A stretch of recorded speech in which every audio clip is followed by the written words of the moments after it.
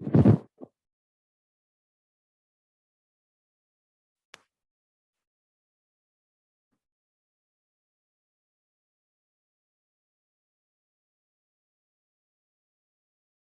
evening, everyone. Good evening, sir. Good evening, sir. So last topic हमने क्या discuss किया था? मुझे लगता है हमने फेज डिफरेंस पढ़ लिया था ना? वेलोसिटी और wave velocity.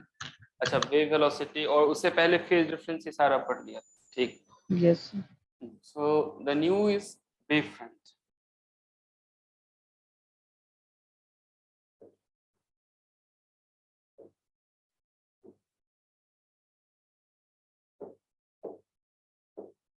Wave front.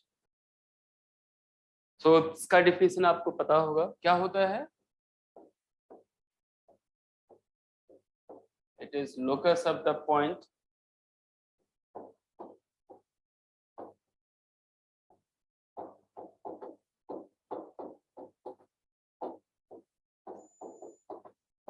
vibrating in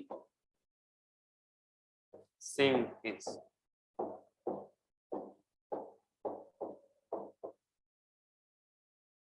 इसी को अगर मैथमेटिकली लिखना चाहे कि वेव फ्रंट क्या होगा, तो मान लीजिए कि हमने कहा क्या कि क्या होना चाहिए सारे पॉइंट के लिए, तो उसका फेज सेम होना चाहिए, राइट। सो फेज का फॉर्मूला क्या होता है? तो इन जनरल फेज का फॉर्मूला हम ऐसा लिखते हैं के डॉट आर, यानी K dot R minus omega T. R हमने लिखा है कि एक्स की तरफ हो, वाई की तरफ हो, वो फिर सारा अपना ओवरकम कर लेगा, प्लस डेल्टा ये। सो ये क्या होना चाहिए वेव फ्रंट के लिए? कांस्टेंट होना चाहिए। तो वो सारा पॉइंट जैसे एक्स वाई जेड का मान लीजिए आप कॉम्बिनेशन ले लीजिए, राइट, उस सब का वैल्यू जो K R minus omega T plus delta को कांस्टेंट करता है, तो उसको हम क्या कहेंगे? Wave front, right. सो अब रहा कि वेव फ्रंट की फिजिकल सिग्निफिकेंट क्या है, वेव फ्रंट क्या बताता होगा? सर वेव जो प्रोपोगेट कर रही है सर, उसका मतलब मे बी फ्रंटल शेप या फिर जैसे देखिए अभी मैंने क्या कहा कि वेव फ्रंट होता क्या है, तो जिसका फेज कांस्टेंट, तो फेज समहाउ मैंने क्या कहा था, इसका फिजिकल सिग्निफिकेंस है, क्या बताता है किसी वेव का? Shape of pulse, shape of pulse, इसका शेप ऑफ मतलब पल्स। हाँ, इसका मतलब वेव फ्रंट फिर क्या बताएगा? किसी पल्स का शेप बताएगा, नेचर, अपीयरेंस बताएगा ना, ओवरऑल वो, यानी वो कोई पल्स कैसे मूव कर रहा है, तो उसका, क्योंकि फेज जब हम कहते हैं फेज कांस्टेंट, तो किसी एक पॉइंट का हुआ, फिर वो सारे पॉइंट जहां पे सेम फेज में वाइब्रेट कर रहा हो, तो उसको फिर हम क्या कहते हैं? वेव फ्रंट कहते हैं। तो वेव फ्रंट क्या, फिर वेव फ्रंट क्या बताता होगा? तो कोई ऑब्जेक्ट कैसा है, यानी कोई सोर्स कैसा है, उसके बारे में बताता है कि कोई सोर्स जो अभी लाइट किसने प्रोड्यूस किया वो कैसा है, राइट। सो होगा क्या कि वेव फ्रंट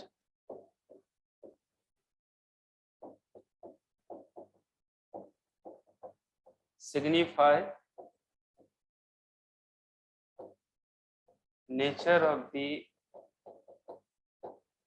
लाइट सोर्स, या आप कह सकते हैं वेव का सोर्स। जैसा सोर्स होगा उसके नेचर को सिग्निफाई करेगा कि वेव फ्रंट।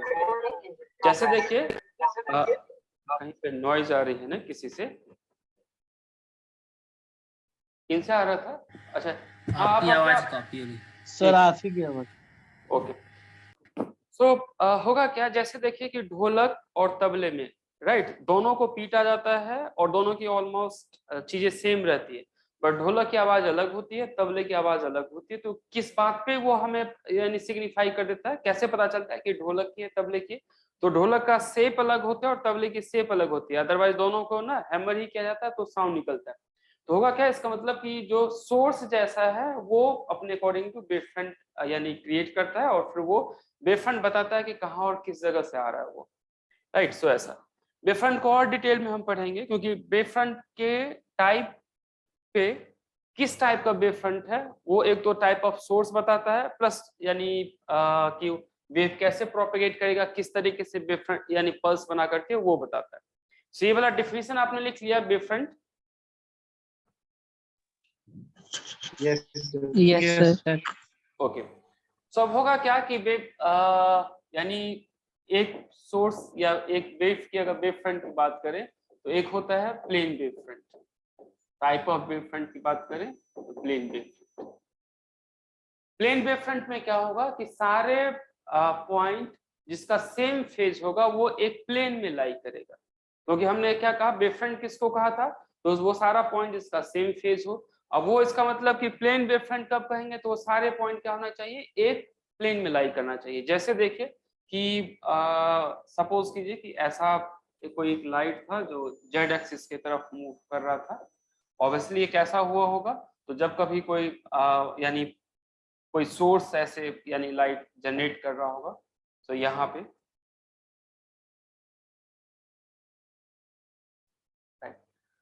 अब अगर ये प्लेन वेव फ्रंट है तो प्लेन वेव फ्रंट मैंने कहा कि वो सारा ऐसा यानी वो सारे पॉइंट क्या होंगे कि एक प्लेन में लाई करेंगे जिसका फेज कांस्टेंट है। तो जैसे देखिए कि अभी अगर मैंने कहा कि ये पॉइंट ना यहाँ पे ये पॉइंट देख लीजिए, जैसे अगर सपोज कीजिए कि हमने यहाँ पे एक लाइन ड्रॉ की, इसका मतलब क्या होगा कि इस पॉइंट पे जितने सारे वेव होंगे सबका फेज क्या होगा, कांस्टेंट होगा, और वो क्या होगा कि एक प्लेन में लाई करेगा। अब अगर सपोज कीजिए कि आप ड्रॉ करते हैं प्लेन, तो समहाउ ऐसा होगा, ऐसा। जैसे देखिए कि इसका मतलब क्या हुआ कि x यानी ये जब कभी कोई वेव मूव कर रहा है, इस तरीके से मूव कर रहा है, तो वेव का कोऑर्डिनेट चेंज हो रहा है, क्योंकि यहाँ z की वैल्यू, जैसे सपोज कीजिए ये अगर मैंने z डायरेक्शन कहा, तो यहाँ z की वैल्यू कितनी है, यहाँ 0 है, और फिर ये मूव करता जाएगा। ये मान लेते हैं कि z की वैल्यू कुछ है, z0 है।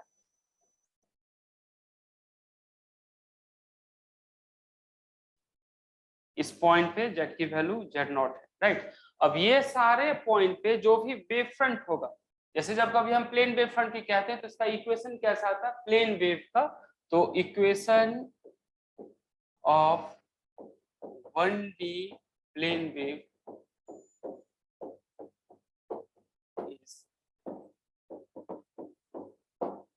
given by EZT। जेड ही हमने क्यों लिखा, क्योंकि ये किसी एक ही डायरेक्शन में मूव करता है। 1D होता है, इसका मतलब या तो x की तरफ मूव करेगा या y की तरफ या z की तरफ, इसलिए मैंने AZT लिखा। E नॉट, और फिर यहाँ पे साइन या कॉस आप कुछ भी लिख सकते हैं, sine kz minus omega T, ऐसा। अभी हमने उसे 0 मान लिया फेज कांस्टेंट को। तो ये अभी हमारा कोई वेव है, ये वेव मान लेते हैं कि x की तरफ वाइब्रेट करा। अब अगर मैंने इस पॉइंट पे z इक्वल टू z0 कहा, तो आपको लग रहा है कि इस पॉइंट पे जितने सारे वेव होंगे, मान लीजिए कि और सारा वेव गुजर रहा है, जैसे यानी ये सारा पॉइंट अलग अलग पॉइंट है, जहां से जो भी हर एक पॉइंट मैंने कहा है वहां से कोई ना कोई वेव निकल रहा है, वेव मूव कर रहा है, राइट। तो जितने सारे पॉइंट है, अगर z की वैल्यू फिक्स है, z0 है, तो वहां आपको लग रहा है कि सबका फेज कांस्टेंट होगा। जैसे मान लीजिए कोई एक पॉइंट, ये पॉइंट ले लीजिए, उसकी z वैल्यू कितनी है, तो z0, उसका फेज प्लस इसका फेज, कोई भी पॉइंट ले लीजिए, इस पे जितने सारे पॉइंट होंगे सबका फेज कांस्टेंट होगा। Yes sir. तो फिर सारे पॉइंट को अगर हम मिक्स कर दे, ये सारे पॉइंट को मिक्स कर दे जिसका z फिक्स है, तो ये कैसा प्लेन, कैसा सरफेस बनाएगा, प्लेन सरफेस बनाएगा ना। Yes sir, right. तो ये प्लेन वेव फ्रंट का एग्जांपल है, ऐसा, ये यानी प्लेन वेव फ्रंट। इसे नाउ ऑनवर्ड से हम पीएफ यूज करेंगे जब कभी शॉर्ट में लिखना होगा, प्लेन वेव फ्रंट, राइट। और ऐसा जब कभी मैं 1D प्लेन वेव लिखता हूँ, ये इक्वेशन लिखता हूँ, इसका मतलब ये प्लेन वेव कहा जाता है या लिनियरली पोलराइज्ड लाइट कहा जाता है। सो ये होगा। अब होगा क्या कि हर एक प्लेन वेव के बीच का डिस्टेंस, जैसे देखिए कि यहाँ से यहाँ इस दोनों के बीच का डिस्टेंस, जैसे ये यहाँ से यहाँ इस दोनों के बीच का डिस्टेंस, यानी यहाँ अगर फेज हाई था, यहाँ भी फेज अगर सपोज कीजिए हाई है, तो एक सक्सेसिव वेव फ्रंट के बीच कितना डिस्टेंस होगा बच्चे लोग, सक्सेसिव वेव फ्रंट के बीच लैम्डा पूरा लैम्डा होगा ना, सक्सेसिव वेव फ्रंट के बीच लैम्डा होगा। क्योंकि जैसे देखिए लैम्डा का डिफिनीशन क्या होता है, तो minimum distance between two point having same phase. Wavelength किसको कहते हैं, तो minimum distance between two point having same phase. तो ये मैक्सिमा था, ये भी मैक्सिमा है, इसका मतलब इस दोनों पॉइंट के बीच का जो फेज है, जैसे ये पॉइंट, इसका फेज और इसका फेज, दोनों का फेज सेम है, राइट, सेम फेज में वाइब्रेट कर रहा, तो दोनों का फेज सेम हुआ, इसका मतलब सक्सेसिव वेव फ्रंट के बीच जो भी यानी डिस्टेंस होगा वो लैम्डा होगा। तो प्लेन वेव में जितने सारे वेव फ्रंट होंगे एक तो वो पैरेलल होंगे, राइट, और सक्सेसिव वेव फ्रंट के बीच जो वेवलेंथ होगा वो लैम्डा, डिस्टेंस जो होगा वो लैम्डा होगा। ये चीज क्लियर हो गई सबको?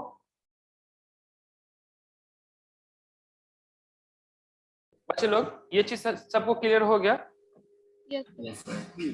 ये ऐसा होगा, ये इस तरीके से होगा। जैसे देखिए कि अगर सपोज कीजिए ये मैंने अगर एक सरफेस रखा है, ये अगर एक सरफेस रखा है, तो यहाँ से जो लाइट आएगा वो अगर सपोज कीजिए यहाँ पे हिट किया, फिर यहाँ से जो साइड वाइज लाइट आएगा, क्योंकि बीम आएगा तो बहुत सारे लाइट रेज होंगे ना, जो साइड वाइज आएगा या थोड़ा सा नीचे आया, सबके लिए जेड की वैल्यू तो फिक्स होगी ना।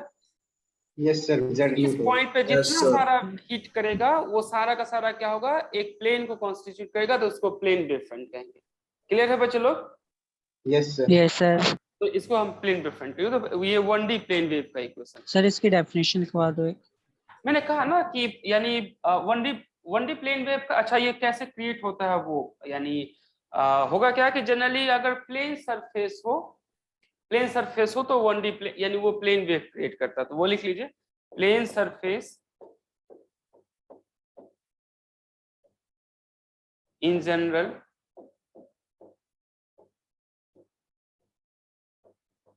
creates plane wavefront.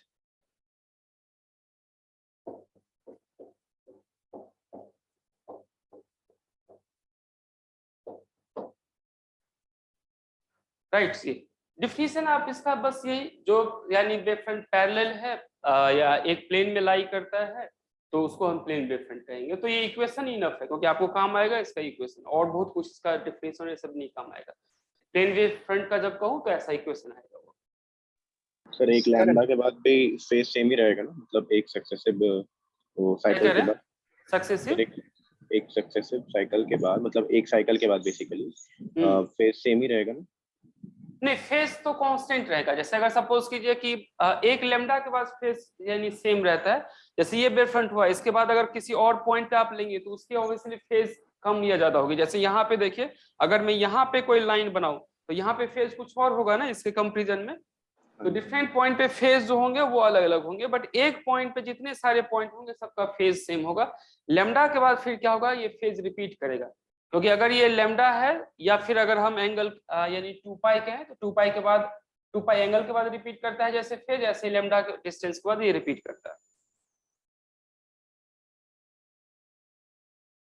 ठीक है ये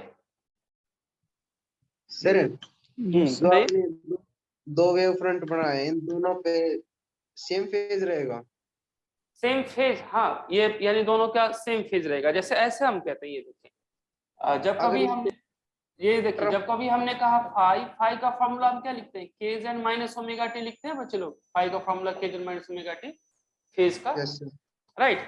अब अगर मान लेते हैं टाइम को हम यानी टाइम के टर्म्स में काउंट नहीं कर रहे हैं, टाइम को अगर मान लेते हैं कांस्टेंट है, क्योंकि किसी एक वक्त में या तो टाइम के टर्म्स में हम किसी चीज को सोच सकते हैं या पोजीशन के टर्म्स में सोच सकते हैं। तो अभी मान लेते हैं कि टाइम अभी उस पॉइंट पे फिक्स्ड है, पोजीशन के टर्म्स में हम देखते हैं, या एक ही टाइम में डिफरेंट पोजीशन के बारे में हम देखते हैं। इसको आप ऐसे समझ सकते हैं, जैसे मान लीजिए कि मैं जब कह रहा हूँ कि टाइम को फिक्स मानते हैं, यहाँ ये वेव ऐसे प्रोपगेट हो रहा था, आपने क्या किया कि 10 बजे आपने 10 फ्रेंड को इस रास्ते में बैठा दिया, ठीक। तो एक कोई फ्रेंड यहाँ बैठा, कोई यहाँ, डिफरेंट फ्रेंड्स, और आपने सबको कहा कि 10:00 पे सारे अपना इलेक्ट्रिक फील्ड चेक करो। तो होगा क्या, सबके लिए फिर टाइम क्या हो गया, सारे पॉइंट के लिए, सारे कोऑर्डिनेट के लिए सेम हो गया।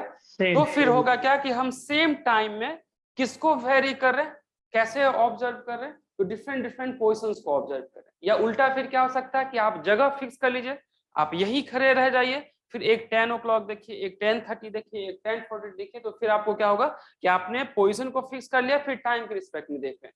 तो अभी मैंने क्या किया कि टाइम को फिक्स कर लिया, सेम टाइम में मैं क्या कर रहा हूँ, डिफरेंट जगह को ऑब्जर्व कर रहा हूँ। मैंने कहा था कि लैम्डा के बाद रिपीट करता है, जैसे के जेड का वैल्यू के को हम 2 पाई बाय लैम्डा कहते हैं, और जेड की वैल्यू अगर सपोज कीजिए कि मैंने कहा यानी लैम्डा है, तो लैम्डा कैंसिल हो गया, फाई की वैल्यू कितनी आई, 2 पाई।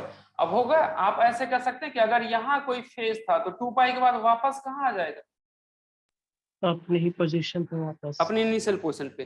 तो जब कभी लेंथ लैम्डा चेंज होता है तो हम कहते हैं कि फेज 2 पाई से चेंज हुआ है, और 2 पाई फेज को सेम फेज कहा जाएगा। जैसे पहले कोई 0 था और अब 2 पाई से चेंज हुआ तो कहा जाएगा कि वो वहीं पे आ गया। 4 पाई से चेंज होगा तो फिर से वहीं पे आ जाएगा ना।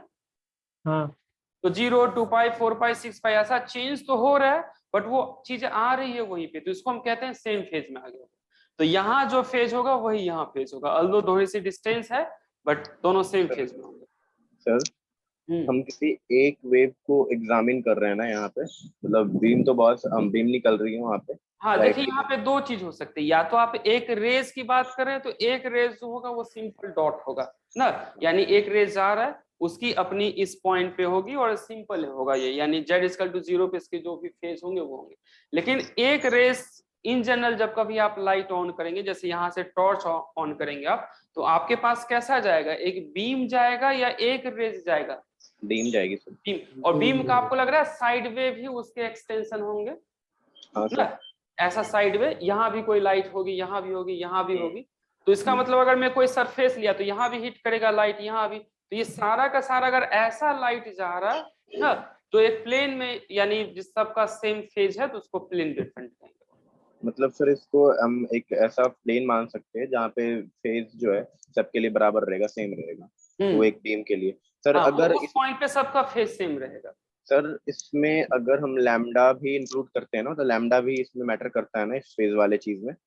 फेज में तो करता ही है, जब कभी मैं k ओमेगा t कहता हूँ तो z यानी k 2 पाई बाय लैम्डा होता है, ओमेगा 2 पाई बाय, यानी सर तो हम जो लाइट सोर्स ले रहे हैं सर, वो मतलब एक मोनोक्रोमेटिक सोर्स से मतलब हम दे रहे हैं जनरली, अभी देख रहे हैं तभी ना, मतलब ऐसे, क्योंकि अगर हम एक ऐसा कोई मिक्स सोर्स लेते हैं सर तो उसमें तो लैम्डा डिफरेंट डिफरेंट भी मिक्स होगी ना, मतलब वेवलेंथ। अब ये सारा हम प्योर मोनोक्रोमेटिक के लिए एनालाइज करते हैं। अच्छा ठीक है ठीक, सर। एक बार पिछला स्लाइड करिए सर, एक सेकंड, प्लीज स्क्रीनशॉट नोट नहीं करता। Okay sir. तो ये प्लेन वेव फ्रंट का है। नेक्स्ट होता है स्फेरिकल, या अभी हमने 1D प्लेन वेव का है, 3D प्लेन वेव की बात करते हैं। 3D प्लेन वेव, तो 3D प्लेन वेव का इक्वेशन हम ऐसे लिखते हैं, ERT and then E0 sine k dot r minus omega t plus, अगर डेल्टा कोई फेज कांस्टेंट है तो ये, और यहाँ पे ये n फाई, राइट। अब मुझे बताइए 1D और 3D में क्या डिफरेंस है? जैसे एक बार हम k लिख लेते हैं, k वेक्टर होता क्या है, तो इसे हम लिखते हैं kxi, kyj एंड kzk, ये, और इस चीज को कहा क्या जाता है, तो इसे वेव वेक्टर कहा जाता है, वेव वेक्टर। और आर वेक्टर क्या होगा बच्चे लोग? आर वेक्टर इस इक्वेशन में xi plus xi yj zk, right. और इस चीज को क्या कहा जाएगा? पोजीशन। एक और नया चीज है इसमें, एन कैप क्या होगा? N cap direction of vibration, K cross इसे कहा जाएगा direction of vibration of E vector, या इसे कहा जा सकता है पोलराइजेशन, यानी डायरेक्शन, या डायरेक्शन ऑफ पोलराइजेशन भी कहा जाता है, और डायरेक्शन ऑफ पोलराइजेशन। जब कभी कोई आपको कहे कि पोलराइजेशन डायरेक्शन, इसका मतलब डायरेक्शन ऑफ ई वेक्टर जो है वो पोलराइजेशन डायरेक्शन, यानी ई की जो डायरेक्शन होगी वही डायरेक्शन ऑफ पोलराइजेशन है। ये इक्वेशन समझ में आ गया बच्चे लोग? कोई डाउट है इसमें? Sir k 2 pi by lambda होता था ना, तो उसमें तो कोई भी ऐसा वेक्टर टर्म तो इंक्लूडेड नहीं है, अभी के वेक्टर क्यों हो गया? अच्छा, काफी बढ़िया क्वेश्चन है। जैसे देखिए कि अभी जब मैंने कहा था ये लाइट किधर मूव कर रहा है, किस डायरेक्शन में? Propagation of wave. हाँ, लाइट किधर अभी मूव कर रहा है?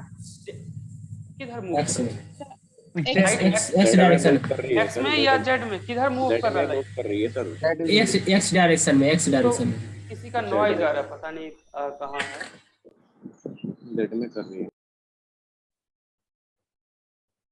ओके, तो अभी जो लाइट है वो जेड के तरफ प्रोपेगेट कर रहा है और एक्स के तरफ ये वाइब्रेट कर रहा है।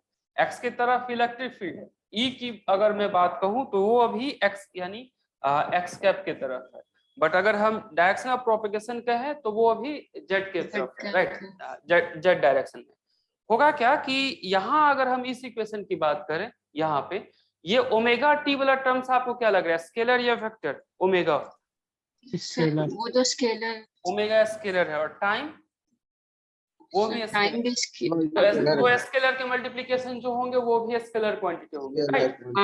अब आपने क्लास 11th में पढ़ा होगा कि यानी only same quantity can be added और सब्ट्रैक्टेड, या फिर ऐसा कि वेक्टर में स्केलर नहीं ऐड किया जा सकता। जैसे अगर मैं कहूँ कि 5 newton plus 5 kg rice equal to 10, ऐसा कुछ लिखा जा सकता है क्या?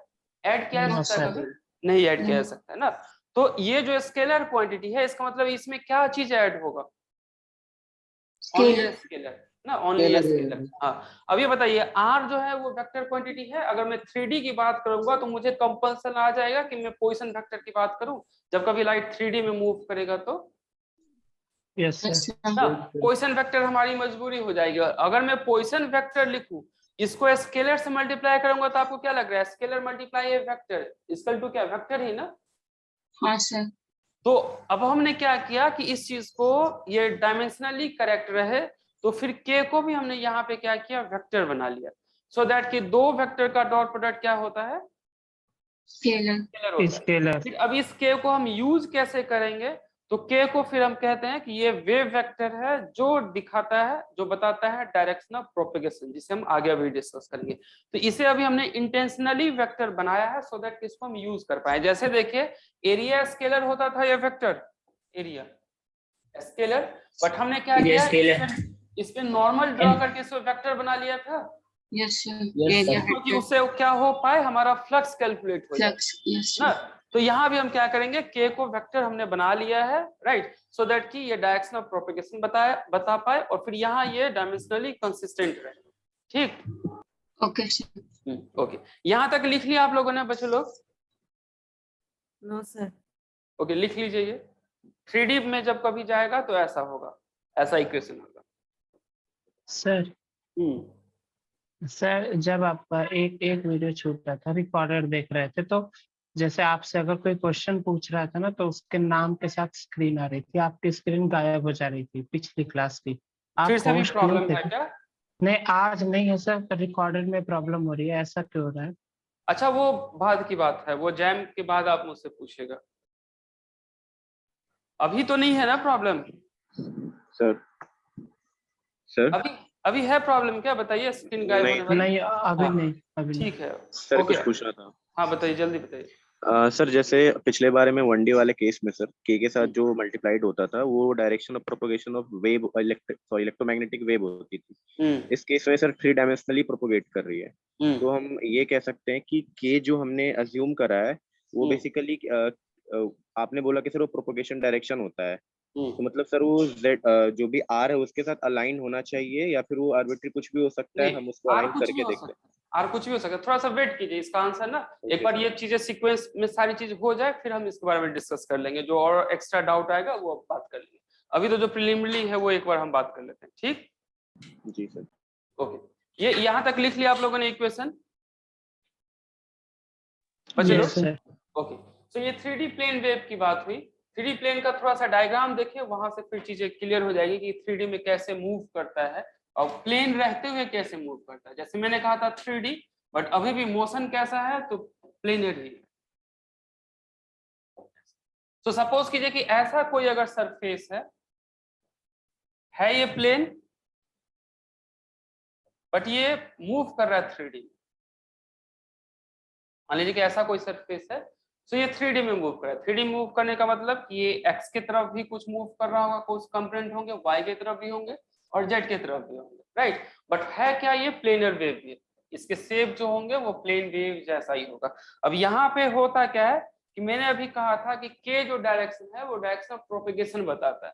तो k वेक्टर क्या होता है? यानी हमेशा वेव फ्रंट पे परपेंडिकुलर होता है। जैसे देखिए अभी ये कोई सरफेस होगा ये जो पॉइंट होंगे ये सरफेस होगा, और इस सरफेस को जब कभी मैं ज्वाइन कर दूंगा तो ये कैसा यानी शेप बनाएगा, सारे सरफेस को अगर मैं ज्वाइन कर दूं तो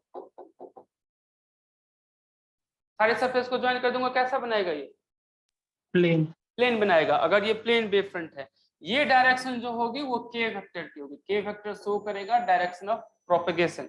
अब जैसे किसी ने कहा कि आर क्या होगा, जैसे देखिए कि अगर ऐसा कोई यानी सरफेस है आपके 3D में, आप इसको ऐसे इमेजिनेशन कर सकते हैं कि मान लेते हैं कि हमारा कोई 3D कंपोनेंट है, ये ऐसा है 3D कंपोनेंट, राइट।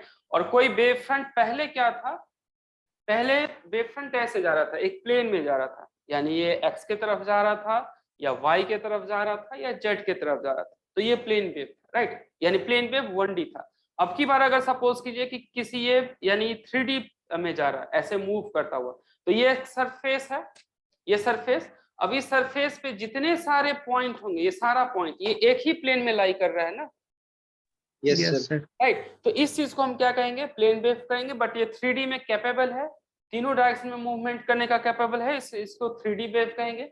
अब होगा क्या कि डायरेक्शन प्रोपेगेशन के से बताया जाए या आर से बताया जाए, जैसे यहाँ आपके पास दो चॉइस है और किसी ने काफी अच्छा इंटरप्रेट भी करने की कोशिश की थी कि डायरेक्शन प्रोपेगेशन आर से बताऊं या डायरेक्शन प्रोपेगेशन के से बताऊं।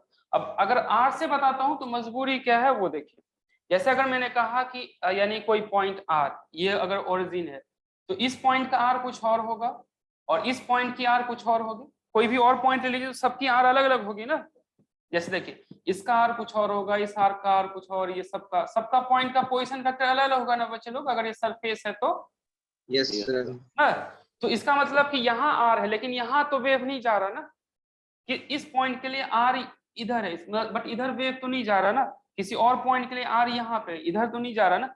इसका मतलब क्या होगा, जैसे ये अभी हमने कहा कि ये कोई आर पोजीशन है, इसका अपना कोई कोऑर्डिनेट होगा एक्स वाई जेड, इस पॉइंट का यहाँ पे कोऑर्डिनेट होगा, बट वेव इधर नहीं जा रहा, तो होगा क्या कि ये सारे एक्स वाई जेड की डिफरेंट वैल्यू होंगे, तो आर का अलग अलग वैल्यू हो सकता है बट डायरेक्शन ऑफ प्रोपेगेशन की एक ही वैल्यू होगी।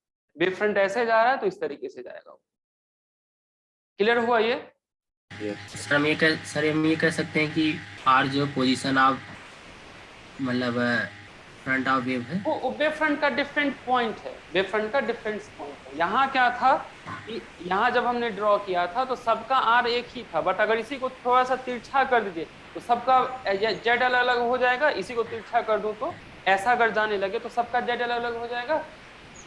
यस सर ना, तो ऐसा ही हुआ यहाँ पे। ठीक है, ये चीज समझ में आ गई? यस। ओके, बंद कर लीजिए, किसी का अनम्यूटेड है। ओके, सब रहा क्या कि 3D प्लेन वेव में एक तो वेव फ्रंट है और 3D प्लेन वेव क्रिएट कैसे होता है, या कोई एग्जांपल बताइए 3D प्लेन वेव का। पहले तो 1D प्लेन वेव का एग्जांपल बताते हैं। कोई ऐसा सोर्स आपने देखा है जिसकी लाइट सिंगल डायरेक्शन में मूव करती, इधर उधर दाएं बाएं नहीं जाता? लेजर का मतलब जब हमने कहा यानी कि 3D यानी 1D प्लेन वेव का एग्जांपल क्या है, तो लेजर सोर्स होगा, और लेजर सोर्स फिर क्या करता है कि सिंगल एक डायरेक्शन में मूव करता है, राइट। जैसे अगर आपने ऐसे लेजर लाइट ऑन किया तो ऐसा नहीं कि इधर भी लाइट रहेगा, इधर भी या नीचे भी ऊपर भी, ऐसा नहीं होगा, तो ये 1D प्लेन वेव होगा। 3D प्लेन वेव का कोई एग्जांपल आप लोग बता सकते हैं डेली लाइफ में, जो जहाँ पे कौन सा इलेक्ट्रिक बल्ब। जैसे देखिए सीलिंग बल्ब, हाँ, जैसे यानी बल्ब जब आप कहते हैं ना तो वो पॉइंट सोर्स होता है या उसका लाइट ना हर एक तरफ जाता है, बट जब कभी आप क्या कहते हैं स्फेरिकल हो जाएगा। हाँ, सीलिंग लाइट जब कभी आप कहते हैं तो जैसे देखिए अगर आपने सीलिंग का लाइट का कैसा शेप, सपोज कीजिए कि अगर वो रेक्टेंगुलर है तो कैसा वेव फ्रंट निकालेगा, वो प्लेन वेव फ्रंट निकालेगा, और उसकी लाइट क्या आपको लगता है सीधे नीचे नीचे जाता है या दाएं बाएं लेफ्ट राइट हर एक जगह जाता है? हर एक जगह जाता है। तो अभी ये प्लेन वेव फ्रंट तो है बट इसकी जो प्रोपेगेशन है वो हर एक डायरेक्शन में, प्रोपेगेशन हर एक डायरेक्शन में। जैसे देखिए कि अगर सपोज कीजिए कि अगर पहले प्लेन वेव था 1D तो सीधा इधर जाता, बट अगर 3D प्लेन वेव है और यहाँ अगर सपोज कीजिए लाइट सोर्स है तो वो इधर भी जा सकता है, इधर भी, ऊपर भी, नीचे भी। बट अगर इसी बुक को मैं डिफरेंट डायरेक्शन में थ्रो करूं तो ये बुक कैसा शेप बना के जाएगा? प्लेन शेप ही बना के जाएगा ना, यस सर। हाँ। ना, तो ये ऐसा ही जाएगा। जैसे ही आपको काम किस में आएंगे, तो ये YDSC में काम आएगा या किसी स्लिट में काम आएगा। तो प्लेन वेव ऐसा निकलता है, जैसे सपोज कीजिए कि ऐसा अगर हमारा कोई स्लिट है, ऐसा स्लिट है, और यहाँ पे हमने ऐसे रेक्टेंगुलर कट किए, किसी स्लिट में अगर रेक्टेंगुलर कट किया, तो यहाँ से आपको क्या लग रहा है कि लाइट कैसा बन के निकलेगा? प्लेन वेव फ्रंट करके निकलेगा। यस सर, प्लेन हाँ। निकलेगा। यहाँ से तो लाइट निकला। अब ये लाइट जो जाएगा वो किधर जा सकता है? तो इसे देखिए कि या तो लाइट ऐसा इधर जा सकता है, कहीं भी। राइट, या फिर लाइट एक इधर जाएगा और इधर जाएगा। तो फिर आप इस तरीके से, किसी की ना माइक में प्रॉब्लम है, आप उसको जब कभी बोलना हो तभी ऑन कीजिए। किसमें प्रॉब्लम है?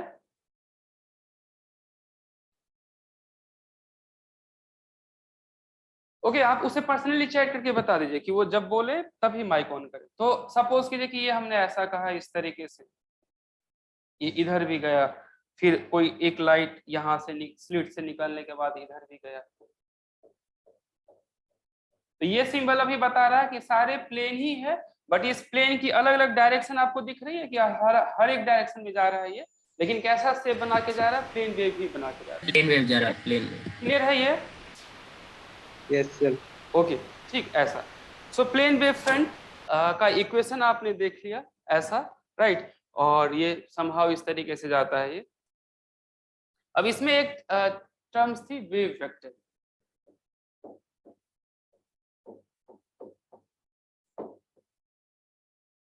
So direction of wave propagation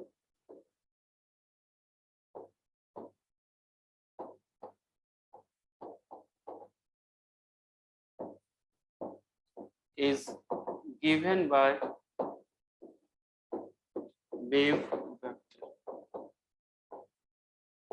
k, kxi, kyj, kz, right, ऐसा। अब होगा क्या कि जहां पे, अब अगर आप इसको यानी अगर इसी का मैग्नीट्यूड लिखते हैं, जैसे k मॉड की वैल्यू लिखते हैं, तो k मॉड कितना आ जाएगा बच्चे लोग? kx square, k square, ky square, kz square का रूट। तो k मॉड ये आ जाएगा, राइट। और ये चीज इक्वल टू किसके बराबर होगा? तो यहाँ पे देखिए डाउट हमें क्या आता है, जैसा किसी लड़की ने पूछा था, जैसे ये kx है, तो हम ऐसा लिख सकते हैं क्या kx को, kx equal to 2 pi by lambda x, ky equal to 2 pi by lambda y, ऐसा लिख सकते हैं क्या? नो। इसका मतलब कि kx, ky, kz कोई फिजिकल क्वांटिटी नहीं है, राइट, कोई ऐसा नया कोई फिजिकल क्वांटिटी नहीं है, सिर्फ वो एक यानी नंबर है जो क्या शो करता है? डायरेक्शन ऑफ प्रोपगेशन को शो करता है। k को हमने इस तरीके से डिजाइन किया है जो डायरेक्शन ऑफ प्रोपगेशन को शो करे। और फिर क्या होगा कि आप kx का नंबर, ky का नंबर, kz का नंबर इस तरीके से लीजिए कि जब उसको आप रूट कर लीजिए, राइट, और सबका वैल्यू निकालिए, तो ये वैल्यू किसके बराबर आ जाए? तो ये 2 पाई बाय लैम्डा के बराबर आ जाए। इसका मतलब कि kx, ky, kz की आर्बिट्ररी वैल्यू नहीं हो सकती, वही सारा वैल्यू लेना होगा जिस सबका स्क्वायर रूट करने के बाद ये किसके बराबर हो जाए बच्चे लोग? 2 पाई बाय लैम्डा के बराबर आ जाए। और जब कभी इसे, जैसे k को हमने, या फिर आप समटाइम्स हम मॉड का सिंबल नहीं लिखते, हम समटाइम्स सिर्फ k लिखते हैं। जैसे अगर वेक्टर नहीं लगा है तो ये यानी k मॉड को या तो k लिख सकते हैं। तो इसे ना एंगुलर वेव नंबर कहा जाता है। जब कभी हम इसको मैग्नीट्यूड में लिखते हैं ओनली, तो एंगुलर वेव नंबर लिखा जाता है। जब कभी अगर इसे हम वेक्टर में लिखते हैं तो फिर क्या कहा जाता है? इसे वेक्टर में लिखते हैं तो wave vector. Wave vector. Magnitude जब हम कभी लिखते हैं सिर्फ ओनली मैग्नीट्यूड में, तो इसे क्या कहा जाता है? एंगुलर वेव इसका नंबर। मतलब kx, ky, kz की वैल्यू आपको इस तरीके से पिक करनी होगी, या जो भी इक्वेशन लिखता है वो इस तरीके से लिखता है कि सबकी वैल्यू 2 पाई बाय लैम्डा के बराबर आ जाए। यहाँ पे lambda x, lambda y, lambda z इस तरीके से डिफाइंड नहीं है। ऐसा नहीं होता कि लैम्डा का x कंपोनेंट, लैम्डा का y कंपोनेंट, लैम्डा का z कंपोनेंट, ये डिफाइन नहीं है। बट k का x कंपोनेंट, k का y कंपोनेंट, k का z कंपोनेंट ऐसा डिफाइंड है। हमने इस तरीके से डिफाइन किया कि वो डायरेक्शन यूनिकली बता दे, और इस सब की रूट का वैल्यू 2 पाई बाय लैम्डा जो यूनिकली वेवलेंथ बता दे। ये चीज क्लियर हुआ यहाँ तक बच्चे लोग? Yes sir. ओके, सो इस पे हम इस पे हम एक दो न्यूमेरिकल डिस्कस करते हैं कि चीजें यानी क्लियर हो जाए। और बताइए कोई डाउट है इस पे? तो सर फ्लैश लाइट को हम ले सकते हैं क्या 3D वो प्लेन वेव के एग्जांपल? ऐसा लाइट जो आपका ना हर एक डायरेक्शन में जा रहा है, ऐसा लाइट। और एक और चीज होती है ये यानी इस लाइट के साथ, जैसे देखिए कि 1D लाइट में मुझे बताइए एम्पलीट्यूड इसका क्या है 1D लाइट में? ई नॉट। और वो हर एक पोजीशन पे कांस्टेंट है क्या? पोजीशन चेंज होने से एम्पलीट्यूड में चेंज तो नहीं आएगा ना? नहीं आएगा। नहीं। तो प्लेन वेव फ्रंट की इंटेंसिटी या एम्पलीट्यूड कांस्टेंट होती है। यानी जब कभी हमने 3D प्लेन वेव का कहा, यहाँ पे ई नॉट हर एक पोजीशन पे क्या होगा? सेम होगा। तो इसकी इंटेंसिटी जो होगी वो कांस्टेंट होगी। तो प्लेन वेव समहाउ ऐसा है जहाँ पे हर एक जगह इंटेंसिटी सेम रहती है। जैसे देखिए कि अगर आपने टॉर्च ऑन किया तो आपने देखा होगा कभी दीवार पे ना एक ब्राइट स्पॉट बनता है, तो वो ब्राइट स्पॉट की ऑलमोस्ट हर एक पॉइंट पे इंटेंसिटी क्या रहती है? सेम रहती है। सेम रहती है, राइट। तो हम प्लेन वेव फ्रंट अगर हम फिजिकली समझना चाहे कि किसको कहते हैं प्लेन वेव फ्रंट, तो ऐसा लाइट जहां पे हर एक पॉइंट पे इंटेंसिटी सेम रहे, ऐसे लाइट को प्लेन यानी प्लेन वेव फ्रंट कहा जा सकता है। जो लाइट एक ही डायरेक्शन में मूव करे तो उसे 1D, लेकिन ऐसा लाइट जो हर एक डायरेक्शन में मूव कर सकता है उसको 3D कहेंगे। सर लेकिन वहाँ पे एक ब्राइट वाला आपने बताया स्पॉट बनता है, उसके अराउंड पे धीरे धीरे उसकी इंटेंसिटी कम होते जाती है ना, कम होती जाती है। वो आगे हम डिस्कस करेंगे कि वो क्यों कम हो जाती है, जब स्फेरिकल वेव फ्रंट की बात करेंगे तो डिस्कस करेंगे। तो बल्ब को हमने क्यों नहीं लिया था 3D का एग्जांपल? क्योंकि वो प्लेन नहीं है, वो स्फेरिकल है। सर वो भी तो सारे डायरेक्शन में प्रोपोगेट कर रहे हैं ना, उससे निकल रही बीम जो। हाँ, बट वो स्फेरिकल है। आगे हम मूव करते हैं तो फिर मैं आपको बताऊंगा कि वो स्फेरिकल वेव फ्रंट है। ठीक, यहाँ तक क्लियर है बच्चे लोग? सर एक ही लाइट सोर्स के लिए अलग अलग वेव वेक्टर हो सकते हैं? एक ही लाइट सोर्स के लिए एक ही टाइप का वेव फ्रंट होगा। एक लाइट सोर्स डिफरेंट टाइप के वेव फ्रंट नहीं जनरेट करेंगे। वेव फ्रंट नहीं सर, वेव वेक्टर। क्या वेव वेक्टर? Yes sir. हाँ, एक लाइट सोर्स का आप ये कह सकते हैं कि डिफरेंट डायरेक्शंस में प्रोपेगेट कर रहा है, तो उसके अलग अलग यानी डायरेक्शंस डिफरेंट हो सकते हैं। एक्चुअली हाँ, वो डिफरेंट हो सकता है। जिधर भी मूव करेगा उसका अपना unique direction of wave front होंगे। जैसे यहाँ पे देखिए, एक तो इधर जा रहा था, एक इधर। जैसे यहाँ से लाइट हुआ ना, अब यहाँ से लाइट हर एक डायरेक्शन में स्प्रेड होगा, तो एक इधर जा रहा है, एक इधर जा रहा है, सबका डायरेक्शन अलग दिख रहा है ना आपको। तो यही इसी सोर्स से अलग अलग डायरेक्शन में लाइट वेव जा रहा है। सर अभी जो बोले हैं एक लाइट सर, सोर्स, वो एक रिपीट कीजिएगा। किसी ने भी पूछा कि क्या एक लाइट सोर्स में डिफरेंट वेव फ्रंट हो सकते हैं क्या? तो जैसे देखिए अभी ये स्लिट है और हमने यहाँ पे होल कर दिया है। यहाँ जब कभी कोई लाइट आप इस पे फॉल करवाएंगे, इस स्लिट पे, यहाँ पे जब कभी आप लाइट फॉल करवाएंगे तो यहाँ से लाइट निकलेगी। यहाँ से लाइट एक ही डायरेक्शन में आपको निकलता दिख रहा है या हर एक डायरेक्शन में? हर एक डायरेक्शन। तो इसको अगर जब हम सोर्स की बात करेंगे तो यहाँ से आपको लग रहा है ना कि वेव फ्रंट अलग अलग डायरेक्शन है, अलग अलग के है हर एक का। इसका अलग है, इसका अलग है, इसका अलग है। ये 0 की तरफ जा रहा है, ये हो सकता है 30 डिग्री की तरफ, ये -30 डिग्री की तरफ। तो अलग अलग डायरेक्शन में जा सकता है वो लाइट। ठीक, ये समझ में आया? या मैं आप जैसे देखिए, मान लीजिए कि मैं प्लेन में आपको 3D प्लेन वेव फ्रंट का सोर्स हूँ, क्योंकि 1D का रहता तो मैं लेजर लाइट जैसा एक ही डायरेक्शन में जाता। और अगर मैं 3D प्लेन वेव फ्रंट का हूं तो कैसे लाइट निकलेगा वो देखिए। जैसे मुझसे एक लाइट पल्स निकला और वो ऐसा गया सीधा ना, फिर मुझसे एक लाइट पल्स निकला जो हल्का सा टिल्ट हुआ और ऐसा गया। बट ये गया कैसा, किस शेप बना करके? प्लेन ही बना। एक अगर लाइट ऐसा गया जो ऐसा ऊपर गया हल्का सा, बट शेप इसी तरीके से। तो लाइट हमसे हर एक डायरेक्शन में जा रहा है, बट शेप कैसा बना रहा है बच्चे लोग?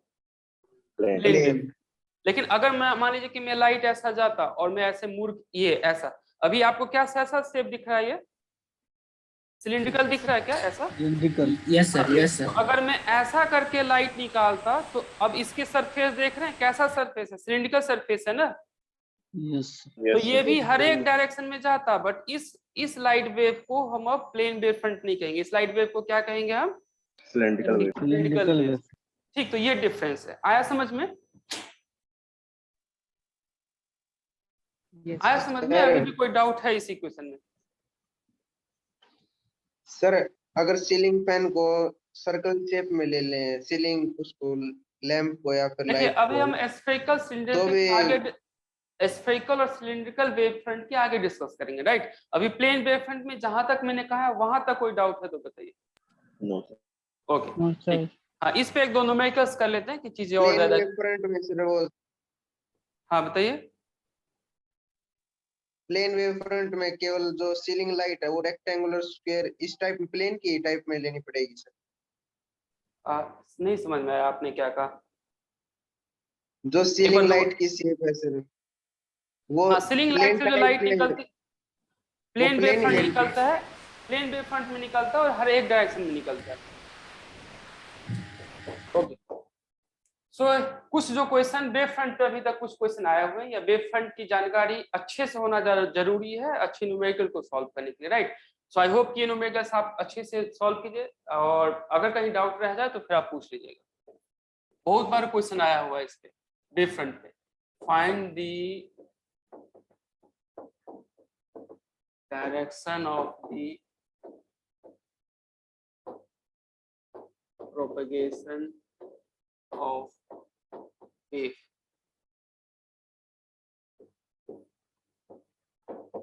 A is equal to E naught sin ky minus omega t x cap. A is equal to E naught sin kx ky minus omega T. और ये अच्छा यहाँ फिर बताना थोड़ा सा मुश्किल है। N cap is equal to E naught sign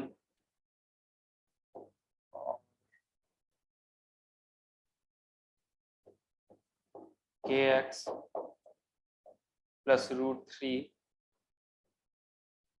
2k√3 K Y minus omega T N cap. अभी एन कैप एक्सक्लूसिवली नहीं बताया जा सकता, वैसे आपको पूछा जा सकता है किसी किसी न्यूमेरिकल में कि एन कैप भी क्या होगा। सो ये 4 इज इक्वल टू, ठीक है, ये थर्ड तक आपके। फिर हम एक प्रीवियस ईयर का न्यूमेरिकल सॉल्व करेंगे तो चीजें क्लियर हो जाएगी। पहला मुझे बताइए किधर प्रोपेगेट करा first wave? Y axis. Y axis ना। सो प्रोपेगेशन क्या है? Y axis. वाइब्रेशन किधर है बच्चे लोग? जैसे कहेंगे propagating along the Y axis and polarised along the X axis. ये मुझे बताइए कि किधर वाइब्रेट कर रहा, किधर प्रोपेगेट कर रहा है? ये एक्स और वाई प्लेन में कर रहा है, किधर प्रोपेगेट कर रहा है? अगर मैं कोई एंगल पूछूं तो, जैसे अगर मैं डायरेक्शन ऑफ प्रोपेगेशन पूछूं तो क्या होगा? 45 में तब निकाल लेंगे फिर डॉट प्रोडक्ट लगा के। और सर के आई कैप प्लस के जे कैप। जैसे देखिए यहाँ पे जब मैं ऐसे क्वेश्चन को आप सॉल्व कैसे करेंगे तो आप ऐसे लिखेंगे, यानी अभी मैं सेकंड वाले पार्ट को सॉल्व कर रहा हूँ। सो comparing with standard wave equation. तो स्टैंडर्ड वेव इक्वेशन का फाई जो होता है वो ऐसा होता है k dot R minus omega T plus delta. या फिर अगर आप वैल्यू रखें तो फिर कितना हो जाएगा? k डॉट आर की वैल्यू रखें तो कितना आ जाएगा बच्चे लोग? मैं डॉट प्रोडक्ट करके बताऊं या फिर आपको ये समझ में आ गया कि k x x और फिर k y y और k z z minus omega T ऐसा होगा plus delta. k dot are co dot product करूं तो ऐसा ही आएगा ना? Yes sir. हाँ। और अब अगर यहाँ पे मैं के एक्स की वैल्यू लिखूं तो पहले वाले को कंपेयर करते हुए के एक्स की वैल्यू कितनी है? के आई। के वाई की वैल्यू कितनी है? के जे, राइट। इसका मतलब कि के की वैल्यू कितनी है? Therefore के की वैल्यू कितनी है? तो के की वैल्यू हम लिखते हैं के एक्स आई प्लस के वाई जे प्लस के जेड के, और यहाँ से ही के जेड की वैल्यू कितनी है? तो के जेड की वैल्यू 0 है। इसका मतलब ये 3D वेव है या 2D वेव है या 1D वेव है? सेकंड वाला 2D है ना।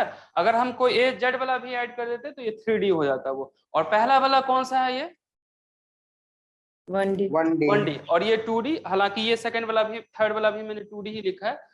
तो ऐसा फिर यहाँ पे आप लिख लीजिए के आई हुआ, फिर के जे हुआ, या फिर के आप कॉमन लिख करके आई प्लस जे ऐसा कह सकते हैं।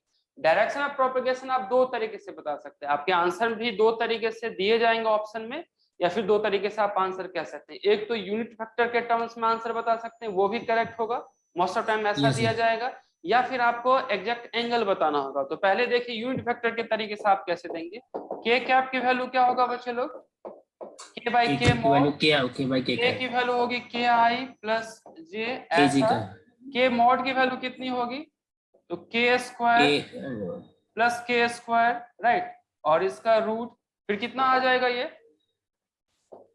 से आ जाएगा आई प्लस जे के अपॉन अंडर रूट 2। तो ये आपका के कैप का डायरेक्शन देगा इस तरीके से। बट दूसरा अगर एंगल के टर्म्स में अगर कोई आपसे पूछे कि कितने एंगल बना के जा रहा है, तो उसको फिर आप दूसरा तरीका से देते, यानी दूसरे तरीके से एंगल हो जाएगा। जैसे देखिए यहाँ आप ड्रॉ कर लीजिए, ये मान लेते हैं कि के एक्स है, ये एक्सिस आपका के वाई है। मुझे बताइए कि के एक्स की वैल्यू कितनी थी, के एक्स, और के वाई की वैल्यू वो भी के, राइट। अब इस दोनों को आप यानी मिक्स कर दीजिए, या इस दोनों का वेक्टर सम लिख लीजिए, क्योंकि के एक्स के वाई अभी वेक्टर क्वांटिटी है, तो इसका वेक्टर सम जो होगा ये अभी क्या शो करेगा, ये अभी के डायरेक्शन आप शो करेगा, और ये इसका या आप कोई भी डायरेक्शन मानिए, यानी एक्स से या वाई से। तो अगर मैं के थीटा की बात करता हूं, तो यहाँ पे के थीटा कितना होगा बच्चे लोग, 45। तो आप टेन थीटा लिख लीजिए, और टेन थीटा की वैल्यू क्या लिखेंगे, तो के एक्स, सॉरी टेन थीटा की वैल्यू के वाई बाई के एक्स, और फिर के बाई के जो 1 देगा, इसका मतलब थीटा की वैल्यू कितनी है, 45 डिग्री। ठीक है बच्चे लोग, यानी वेव जो अभी है वो एक्स से 45 डिग्री एंगल बना के मूव कर रहा है, प्रोपेगेट कर रहा है। ठीक, आपसे अगर कभी पूछा जा सकता है अच्छे क्वेश्चन, तो ये पूछा जाएगा कि ई वेक्टर फिर किधर होगा। ई वेक्टर जैसे मैंने एन कैप यहाँ पे लिखा है ना बच्चे लोग, ये एन कैप, अगर ये 45 से जा रहा था तो एन कैप की आंसर क्या होगी, ये भी 45 से। एन कैप के वेक्टर पे परपेंडिकुलर होता है, direction of propagation is perpendicular to the direction of vibration. मैंने कहा ना कि एन कैप के कैप पे परपेंडिकुलर होता है, पीछे कहा था ना डायरेक्शन ऑफ प्रोपेगेशन और डायरेक्शन ऑफ वाइब्रेशन परपेंडिकुलर होगा। हाँ सर होगा सर। इसका मतलब कि अगर कोई ई कैप में पूछे, एक बार नेट में एग्जाम यानी क्वेश्चन आया था, उसने इक्वेशन दे रखा था वेव फ्रंट का, वेव का इक्वेशन दे रखा था, फिर पूछा था find out the possible direction of E vector, तो आपने प्रोपेगेशन निकाली, अब ई वेक्टर किधर होगा, क्या लग रहा है आपको, ई वेक्टर किधर होगा, सेकंड क्वाड्रेंट में होगा। आपको लग रहा है कि ये इस पे यानी ई वेक्टर जो भी होगा वो के पे परपेंडिकुलर होगा, यस ना, इसका मतलब एन की जो डायरेक्शन होगी वो इससे 90 डिग्री एंगल बनाएगा, यानी समहाउ ऐसा बनाएगा इस दोनों पे। यानी आप ये कह सकते हैं कि एन कैप जो होगा वो परपेंडिकुलर टू के कैप होगा, तो आप उस तरीके से फिर उसका एंगल बता सकते हैं। ठीक है बच्चे लोग, सर के कैप भी तो सर जो है डायरेक्शन ऑफ वाइब्रेशन के परपेंडिकुलर होती है ना सर। हाँ, तो डायरेक्शन ऑफ वाइब्रेशन और के दोनों के बीच जो होगी वो ये 90 डिग्री एंगल होगा, तो वो डिफरेंट डायरेक्शन पॉसिबल्स है, बट आपको एक डायरेक्शन अगर आपको ऑप्शन में दे तो आप बता सकते हैं। सर वाइब्रेशन भी तो परपेंडिकुलर होती है, तो सर दोनों पैरेलल हो जाएंगे फिर। सर सीधा समझिए, के और एन जो होगा वो यानी एक दूसरे पे परपेंडिकुलर वाइब्रेट करेगा। जैसे अगर मान लीजिए कोई, अगर मैंने ये बनाया हुआ होगा, जैसे यहाँ पे अगर ये इधर मूव कर रहा है, तो आपको क्या लग रहा है ई वेक्टर किधर मूव करता होगा, ई वेक्टर इधर मूव करेगा, परपेंडिकुलर डायरेक्शन। ठीक है बच्चे लोग, ई वेक्टर से डायरेक्शन ऑफ वाइब्रेशन है क्या सर? हाँ, तो एन की मैंने डायरेक्शन ऑफ वाइब्रेशन नहीं कहा ना, एन कैप क्या शो करता है, यानी यहाँ पे एन मैंने कहा था डायरेक्शन ऑफ वाइब्रेशन शो करता है, पीछे भी मैंने कहा था डायरेक्शन ऑफ वाइब्रेशन। ठीक है, ये क्लियर है यहाँ तक बच्चे लोग? क्वेश्चन 2 क्लियर है? सर इसमें ई वेक्टर की वैल्यू 45 आएगी फिर? नहीं, वो 45 आ सकती है, एक आंसर 45 होगा। क्वेश्चन 3 का आंसर मुझे बताइए। 3 का ये किधर प्रोपेगेट कर रहा है? tan inverse root 3/2। 5 मैंने क्या लिखा है? शायद 5 मैंने लिखा है 2kx और plus √3ky minus omega T plus delta.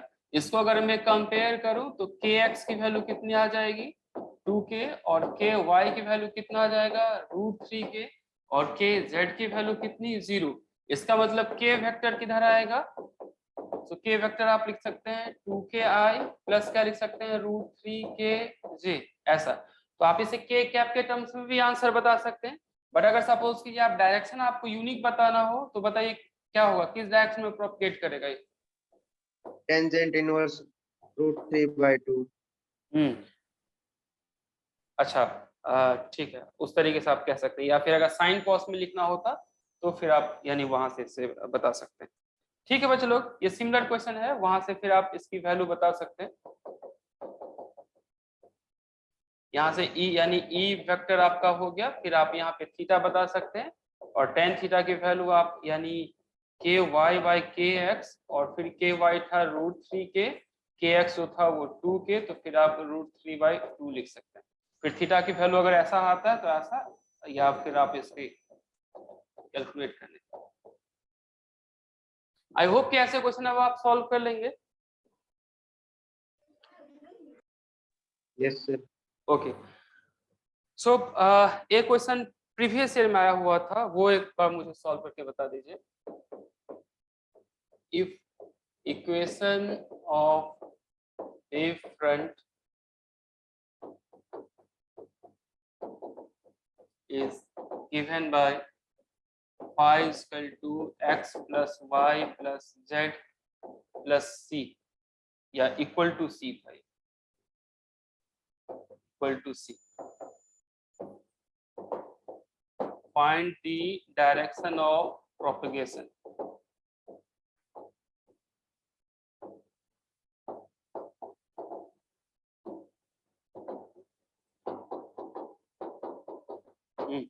मुझे एक्स एक्सिस से कितना डायरेक्शन बना के देगा वो बताइए। वेव फ्रंट का अगर इक्वेशन ऐसा है तो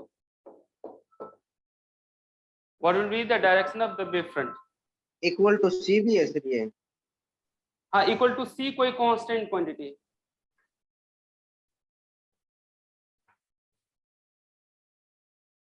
जैसे अगर मैंने कहा वेव फ्रंट, तो वेव फ्रंट क्या होता है?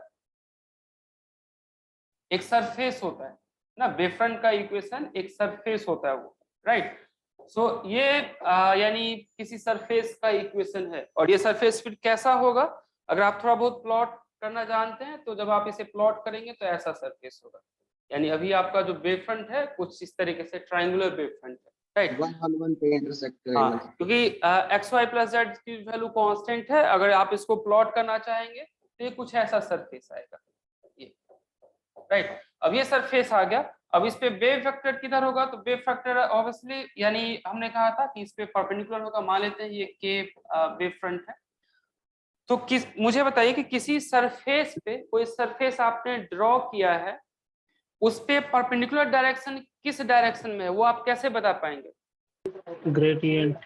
ग्रेडियंट क्या बताता है? किसी लेवल सरफेस का, यानी ऐसा सरफेस जिसमें वो सेम लेवल में हो, उसका यानी परपेंडिकुलर डायरेक्शन बताता है। तो होगा क्या कि S K vector is perpendicular to the surface of wave front.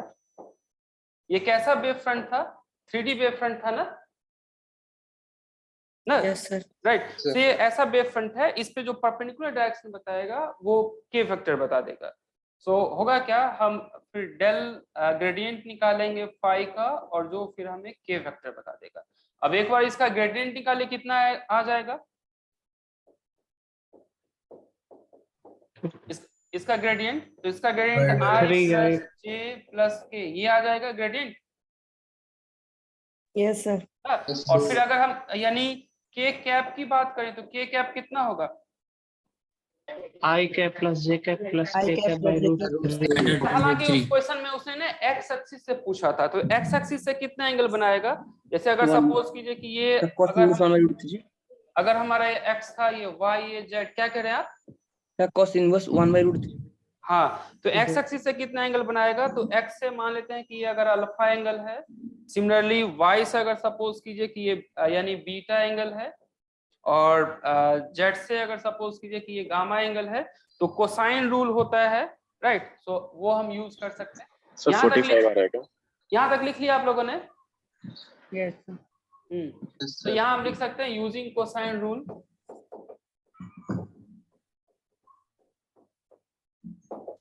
cos alpha equal to लिखा जा सकता है k का x component and k mod.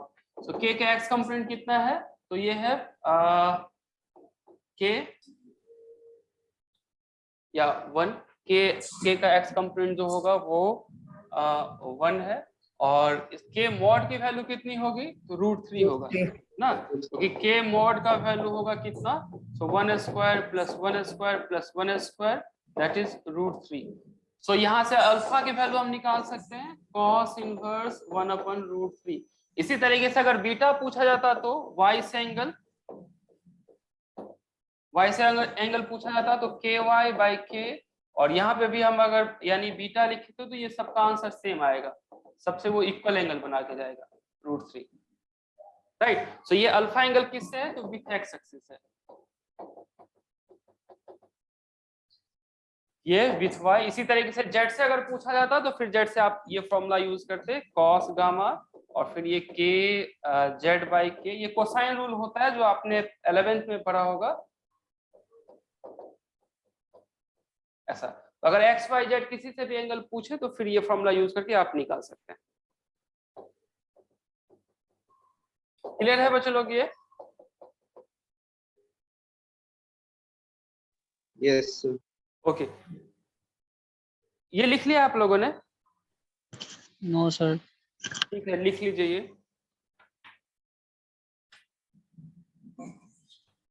एक जेएनयू में क्वेश्चन पूछा था यानी वेव फ्रंट पे, तो वो एक क्वेश्चन अभी आप लोग क्वेश्चन सॉल्व करने की कोशिश कीजिए, काफी अच्छा था वो अगर हो गया इसका मतलब ठीक है, इसके बेसिस पे आपका कॉन्सेप्ट क्लियर है। ये लिख लिया है तो आप बताइए, या अभी जो हम क्वेश्चन डिस्कस कर रहे हैं? लिख लिया सर। अच्छा, बुकलेट है आप लोगों के पास क्या प्रीवियस ईयर का? No sir. अच्छा नहीं है तो फिर मैं क्वेश्चन लिखवा देता हूँ। पेज 25 पे है ये क्वेश्चन, और क्वेश्चन नंबर 3 है, ये जेएनयू में पूछा गया था, काफी अच्छा क्वेश्चन है 2010। जैसे देखिए इसने दे रखा है क्या कि स्पीड दे रखा है, जो दे रखा वो मैं लिख देता हूँ, given v1 v2 v3 are speed of wave along x y z axis. कोई एक वेव का यानी ये स्पीड दे रखा है एक्स वाई जेड एक्सिस में, ये एक्स के तरफ v1, y के तरफ v2, z के तरफ v3, तो वेव का स्पीड दे रखा है, और वेव का यानी फ्रीक्वेंसी ओमेगा है, omega frequency of wave, angular frequency आप कह सकते हैं इसे।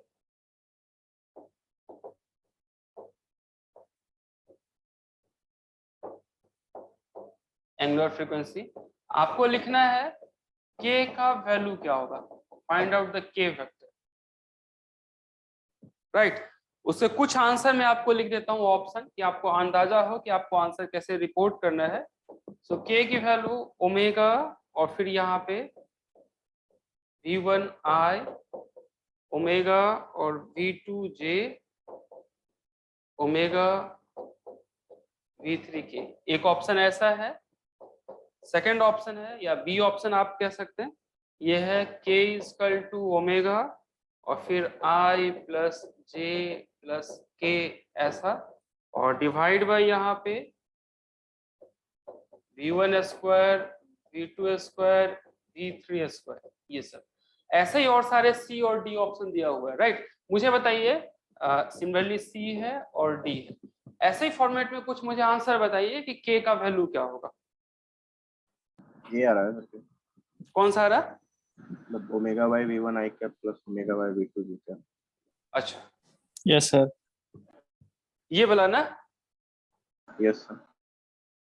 ओके, सो ये आपका k वेक्टर ऐसा है। ये जैसे देखिए कि जैसे हमने कहा omega by v1, omega by v1 क्या बताएगा सर वो x के लॉन्ग डिस्टेंस बताएगा। k का x कंपोनेंट बताएगा ना? हाँ सर, हाँ सर। राइट।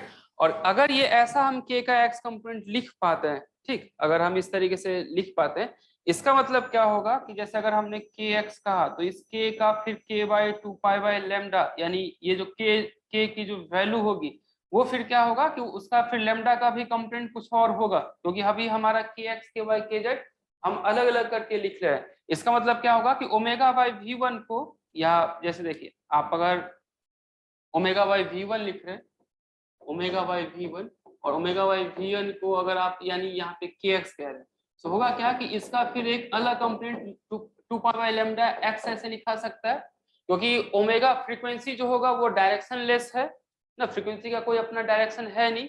v1 की वैल्यू जो होगी वो डायरेक्शन है x के तरफ है, क्योंकि हमने कह दिया है कि v1 की तरफ प्रोपेगेट कर रहा है, x के तरफ प्रोपेगेट कर रहा है। तो एक तो यहाँ ये गलत है कि आप स्केलर क्वांटिटी को फिर क्या कर रहे हैं कि एक डायरेक्शनल वाला क्वांटिटी उससे डिफाइन कर रहे हैं, और फिर वहां से आएगा क्या, इसका मतलब फिर lambda x lambda y lambda z की भी अलग अलग कंपोनेंट होगी। तो यहाँ से फिर ये इस तरीके से करेक्ट है नहीं, क्योंकि यहाँ पे v1 की ना एक पार्टिकुलर डायरेक्शन है, v2 की भी डायरेक्शन है, v3 की भी डायरेक्शन है पार्टिकुलरली, क्योंकि मैंने v1 v2 3 कहा था xyz की तरफ है। अब बताइए कौन सा आंसर फिर? बी होगा क्या b? हाँ सर बिल्कुल, क्योंकि सर रिजल्टेंट वेलोसिटी हम ले लेंगे ना, तो उसको सबसे डिवाइड करेंगे x y z में, तो फिर अलग अलग किया जाएगा सबके लिए, फिर सर लैम्डा सेम रहेगा। अच्छा, v1 v2 v3 आपका v आ जाएगा, और फिर ओमेगा बाय v करके फिर आप क्या कर सकते हैं यहाँ k equal to 2 pi by lambda, ये आप कुछ बता सकते हैं कि ठीक है। बट होगा क्या कि यहाँ जो k का डायरेक्शन होगा वो समहाउ थोड़ा सा डिफर होगा, इस तरीके से जब आप k कह रहे हैं वो एक अलग डायरेक्शन में आएंगे, यानी b भी मिस्टेक है, इसे थोड़ा सा हम एक बार करके देखते हैं। क्वेश्चन समझ में आ गया सबको? यहाँ पे जैसे देखिए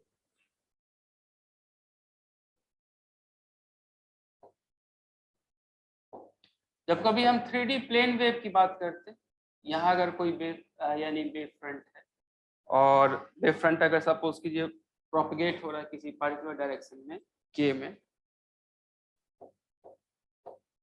मुझे बताइए कि इस वेव फ्रंट का स्पीड किधर है फिर, अगर ये k इधर है, इस वेव फ्रंट का वेलोसिटी क्या होगा, वेव वेलोसिटी किधर होगा? एलोंग के। जैसे देखिए अभी ये वेव किधर जा रहा था, मान लेते हैं कि अगर मैं यहाँ पे x y z कहता हूँ, ये x है, ये या फिर यानी अभी अगर मान लेते हैं कि ये हमारा z एक्सिस है, मुझे बताइए अभी वेव फ्रंट किधर जा रहा है, सॉरी वेव किधर जा रहा है? जेड की तरफ। यहाँ पे आपका वेव फ्रंट फिर किधर जाएगा, अगर वेव जेड की तरफ जा रहा तो ये वेव फ्रंट अगर मूव करेगा तो किधर जाएगा? जेड की तरफ ही। इसका मतलब कि यानी अगर अभी वेव फ्रंट आपका यानी जेड के तरफ अगर जा रहा, वेव फ्रंट अगर अभी जेड के तरफ जा रहा, तो वेव की जो स्पीड होगी वो किधर था, वेव वेलोसिटी वो भी जेड की तरफ, वो भी जेड की तरफ ना। तो होगा क्या कि जिधर वेव फ्रंट जाएगा पल्स उधर ही जा रहा है, इसका मतलब वेव की एनर्जी भी क्या जाएगी, उसी के तरफ जाएगी, राइट। सो होगा क्या कि अगर अभी पल्स के तरफ जा रहा है तो इसकी जो स्पीड होगी, नेट वेलोसिटी होगा, वो भी इधर ही जाएगा। तो इस ऑब्जेक्ट की यानी जो डायरेक्शन ऑफ प्रोपेगेशन होगा वो v के तरफ ही होगा, तो जिधर k होगा उधर ही v होगा। डायरेक्शन ऑफ प्रोपेगेशन यानी जो k वेक्टर होगा उसकी डायरेक्शन v वेक्टर के अलोंग ही होगी। क्लियर है बच्चों लोग, जिधर k होगा उधर ही v होगी। यस सर ना, क्योंकि ये यहाँ देखिए इधर k किधर है, z एक्सिस की तरफ, फिर इधर v किधर है, तो वो z के तरफ ही होगी। तो यहाँ पे आप एक फैक्ट लिख सकते हैं कि direction of wave velocity is along the k vector। इसका मतलब आप इसे मैथमेटिकली कैसे लिखते हैं? तो k वेक्टर यानी k वेक्टर और v वेक्टर इक्वल तो नहीं होगा ना mathematically? k vector is equal to v vector नहीं सर, ना, मैथमेटिकली इक्वल नहीं होगा। तो फिर हम ये कह सकते हैं k cap v cap equal है। यस सर कह सकते हैं। अब होगा क्या कि इसका मतलब k वेक्टर जब हमें लिखना होगा तो k वेक्टर हम कैसे लिख सकते हैं? k इंटू k कैप लिख सकते हैं? Yes, या sir. फिर ऐसा देखिए, ये इसे इस तरीके से लिखते हैं पहले, चीज k इंटू v कैप लिख सकते हैं सर। ये देखिए इसे हम ऐसे लिखेंगे, होगा क्या कि k कैप की वैल्यू क्या होगी? तो k कैप होगा, डिफाइंड होता है k vector by k mode, होता है ना किसी का कैप यानी वेक्टर डिवाइड बाय उसका मैग्नीट्यूड। Yes, sir. इसका मतलब कि हमें पीछे लिखना क्या था? तो हमें लिखना था k vector. k vector is equal to क्या होगा? k इंटू k कैप होगा, ये होगा राइट। अब यहाँ से अगर मैं इसे इक्वेशन 1 मानूं कि k vector is equal to v vector होता है, तो हमें गिवन न्यूमेरिकल्स में k कैप का डायरेक्शन दिया हुआ था या v कैप की डायरेक्शन दिया हुआ था? v cap. तो फिर हम इसे लिख सकते हैं यहाँ पे कि होगा क्या कि ये k इंटू वी कैप लिखा जा सकता है। इसका मतलब k वेक्टर लिखा जा सकता है k इंटू वी कैप। ठीक है बच्चे लोग? Yes sir. अब यहाँ पे देखिए कि आपका यानी v कैप क्या होगा? v cap is equal to होगा क्या बच्चे लोग? V का vector upon magnitude of upon mod of v। तो v वेक्टर क्या होगा? v1i v2j v3k, ये v वेक्टर होगा और इसका मैग्नीट्यूड कितना होगा? Plus v2 square plus v3 square के रूट। ऐसा, ये आपका v कैप हो गया राइट। एंड ओमेगा मुझे यानी k की मैग्नीट्यूड कितनी होती है? k equal to omega by v होगा। यस सर होगा sir. k magnitude omega by v। So omega तो स्केलर क्वांटिटी है बट v की मैग्नीट्यूड कितनी होगी? v1 स्क्वायर v2 स्क्वायर फिर v3 स्क्वायर और फिर इसका रूट अंडर, ये हो जाएगा k। सर यस हाँ बताइए। k is equal to omega by v कैसे होगा? k इक्वल टू क्या कह रहा है? Omega by v। अच्छा हाँ, थोड़ा सा सही लग रहा है क्योंकि हमारा क्या था यानी v इक्वल टू हमने ओमेगा बाय k कहा था, तो k इक्वल टू नहीं, ये तो सही है ना? यस सर सही है। v equal to omega by k कहा था तो फिर k equal to omega by v होगा ना? Yes sir. ठीक, इसका मतलब फिर अब आपका ये हमने लिखा, इसका मतलब k वेक्टर क्या होगा? k वेक्टर अभी हमने कहा था k इंटू वी कैप कहा था, तो k की वैल्यू अभी आपका क्या आ जाएगा? ये omega divide by v1 square और v2 स्क्वायर v3 स्क्वायर ये और इसका रूट और फिर v कैप की वैल्यू हमने अभी लिखा है v1i v2j v3k और फिर यहाँ इसकी वैल्यू।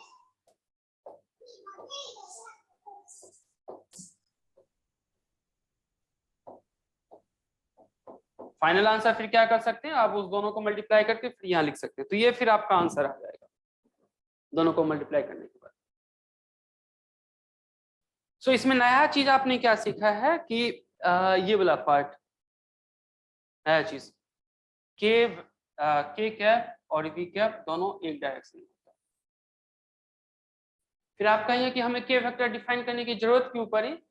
वो इसलिए कि जब हम फेज का इक्वेशन लिख रहे थे k dot r minus omega T, वहां v कहीं था नहीं, k हमें लिखना था, तो फिर r के साथ हमें कोई ऐसा क्वांटिटी लिखना था जो खुद भी वेक्टर हो, तो फिर हमने क्या कर लिया? k को वेक्टर बना लिया। बट ये ऑब्वियसली जिधर वेव प्रोपेगेट करेगा उधर ही k होगा। क्लियर है यहाँ तक? सर मतलब जो ऑप्शन आपने लिखवाए तो उसमें से तो कोई उसमें से करेक्ट कोई नहीं नहीं है, उसमें से कोई नहीं। यस सर कोई ऑप्शन नहीं आ रहा क्योंकि यहाँ पे देखिए ये आई जे के और फिर ये ऑब्वियसली गलत है, इसे थोड़ा सा एक बार और मल्टीप्लाई कर दिया जाता तो फिर रहता, और फिर v1 v2 के टर्म्स में क्या आता तब वो होता। ये चीज समझ में आ गया बच्चे लोग? Sir Yes. क्वेश्चन में के वेक्टर पूछा है, Yes, के sir. कैप पूछा है? उसने शायद के वेक्टर पूछा है। तो डायरेक्शन के पूछा वेक्टर इसमें से नहीं अच्छा, उसने ना आ सिर्फ गया, डायरेक्शन पूछा उसने बी सिर्फ ऑप्शन आ रहा है। के पूछा है, के पूछा उसने। बी ऑप्शन आ गया, के वेक्टर अगर पूछा है तो हाँ, बी सर। ऑप्शन। के वही ना। के वेक्टर वो गलत है, के वेक्टर ये होगा। अभी मैंने के वेक्टर निकाला है, ये करेक्ट है। तो सर सॉल्व करने पे बी ही ऑप्शन आ रहा है, बी। अरे बी नहीं आएगा सर, बी में ये कहाँ है, बी में बी इसकी नहीं आ रहा डायरेक्शन है। कहाँ है? बी नहीं आ रहा है। ओके, सो ये पार्ट समझ में आ गया सबको? Yes, sir. Okay, Yes, sir. ठीक। असली था कि के तो आप यहाँ पे आइडेंटिफाई कर लीजिए, बट डायरेक्शन किधर होगा तो वी कैप की तरफ होगी, तो वी कैप हमें इस तरीके से लिखना होगा। सर एक छोटा सा इशू हो रहा है सर, जैसे कि वी की बात करते हैं सर, मतलब v1 v2 v3 दे रखा है कि वो जो एक आर्बिट्री डायरेक्शन मतलब के डायरेक्शन में जो प्लेन वेव हमारी जा रही है, प्रोपोगेट कर रही है, उसमें सर v1 v2 v3 क्या रिप्रेजेंट कर रहा है? मतलब एक्चुअली v के कंपोनेंट्स को रिप्रेजेंट कर रहा है जो ऐसा एक जैसे देखिए कि अगर सपोज कीजिए कि ऐसा कोई वेव फ्रंट अगर जा रहा था ऐसा, राइट, और हमारा कार्टेशियन कोऑर्डिनेट अगर इस तरीके से होगा, क्या कि इधर जो होगा उसका v1 कंपोनेंट होगा, क्योंकि जब कभी कोई वेक्टर होगा उसको आप 3 कंपोनेंट में ब्रेक कर सकते हैं ना, जब कभी कोई वेक्टर होगा तो। Yes sir. तो अभी जो v कोई वेक्टर होगा वेव प्रोपेगेशन का, उसके एक्स वाई जेड में जो कंपोनेंट उसने ब्रेक किया वो है वो। Yes sir. क्योंकि v अभी जो डायरेक्शन ऑफ प्रोपेगेशन है या डायरेक्शन ऑफ वाइब्रेशन है, उस वो वेक्टर क्वांटिटी है, तो उसके 3 कंपोनेंट होंगे ही होंगे, तो उसको उसने मेंटली ब्रेक किया। अदरवाइज जा तो रहा है, वो तीनों का जो एक कंबाइंड डायरेक्शन होगा मिला के वो होगा। जैसे अगर सपोज कीजिए अगर ऐसा कोई डायरेक्शन ऑफ यानी इलेक्ट्रिक फील्ड है, ये आपको क्या लग रहा है, एक डायरेक्शन में जा रहा है या 2 डायरेक्शन में जा रहा है? अभी तो कोऑर्डिनेट वगैरह अज्यूम करेंगे तो हाँ, अब अगर सपोज कीजिए यहाँ कार्टेशियन कोऑर्डिनेट हम ड्रॉ करते हैं, तो हम कह सकते हैं ना कि ये इधर भी जा रहा और इधर भी जा रहा, ये एक्स की तरफ भी जा रहा, वाई के भी तरफ जा रहा है, क्योंकि किसी पर्टिकुलर पोजीशन में एक्स वाई भी कवर कर रहा है, वाई भी कवर कर रहा है। तो ऐसे जब कभी वेव प्रोपेगेट करेगा 3D में ना, तो जैसे अगर मैंने कहा कि मैंने ऐसे वेव कोई ऑन किया है, तो वो अगर 3D में मूव कर रहा तो उसका एक्स भी ट्रेवल हो रहा होगा, वाई भी ट्रेवल हो रहा होगा, जेड भी ट्रेवल हो रहा होगा वो, तो इसलिए उसे यानी तीनों कंपोनेंट लिखे जा सकते हैं उस वेलोसिटी के या उस के। Yes sir. ओके, यहाँ तक क्लियर है? के वेक्टर समझ में आ गया? Yes sir. राइट, और के वेक्टर पे क्वेश्चन कैसे पूछे जाएंगे? जी सर। हाँ, आपको ना डायरेक्शन ऑफ प्रोपेगेशन जनरली पूछा जाएगा, तो आप उस तरीके से यानी यहाँ पे आप सॉल्व कर सकते हैं। वाइब्रेशनल डायरेक्शन भी निकाल सकते हैं ना सर? हाँ, यहाँ से वाइब्रेशनल डायरेक्शन भी निकाला जा सकता है, क्योंकि जनरली वाइब्रेशन डायरेक्शन किधर होगा, के का डायरेक्शन अगर आपको पता चल गया तो ना, अभी तक तो नहीं, एक बार पिछले साल यानी उसने नेट में पूछा था, नेटकेट के एग्जाम में जो आप एमएससी के बाद देंगे, तो वहां पे उसने पूछा था कि पॉसिबल डायरेक्शन क्या होगा, क्योंकि अगर सपोज कीजिए इधर है तो इस पे परपेंडिकुलर तो हर एक डायरेक्शन हो सकता है ना, एक ऐसा भी एक ऐसा भी, हर एक डायरेक्शन हो सकता है परपेंडिकुलर। तो उसने ये पूछा था, ऑप्शन दे रखा था, कहा था पॉसिबल ई वेक्टर क्या है, क्योंकि फिर एक यूनिक डायरेक्शन नहीं हो पाएगी, वो जो भी ऑप्शन दिया जाएगा उससे सॉर्ट आउट करना होगा। लेकिन होगा क्या कि अगर ये ई की डायरेक्शन है, अगर ये ई वेक्टर है, तो डेफिनेटली क्या होगा कि जो भी ई वेक्टर का आंसर होगा वो ई डॉट के वेक्टर क्या देगा? 0 देगा, वो करेक्ट है। ई की कोई भी पॉसिबल होगी, दोनों को डॉट कर दीजिए, वो 0 आ जाएगा। तो वहां से आप आंसर बना सकते हैं। अब की बार हमने जैम का जो टेस्ट सीरीज किया था उसमें भी ऐसा क्वेश्चन दिया था कि के की इक्वेशन दे रखी थी, फिर मैंने पूछा था बताइए पॉसिबल डायरेक्शन ऑफ पोलराइजेशन क्या है, तो मैंने ऑप्शन दे रखे थे, तो यानी जो डायरेक्शन ऑफ पोलराइजेशन होगा यानी एन कैप होगा, उसको के निकाल लीजिए, उससे डॉट प्रोडक्ट करवा दीजिए, जो 0 आ रहा है वही उसका डायरेक्शन ऑफ पोलराइजेशन हो जाएंगे या ई वेक्टर हो जाएगा। ठीक है बच्चे लोग? Yes sir. ओके, सो अभी तक हमने प्लेन वेव फ्रंट पढ़ लिया। प्लेन वेव फ्रंट पे के वेक्टर की यूजेस होती है, जो आपको उस पे न्यूमेरिकल्स आएंगे। नेक्स्ट है स्फेरिकल वेव फ्रंट।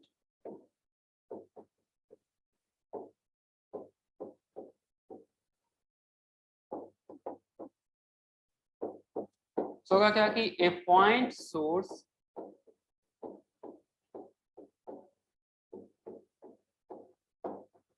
creates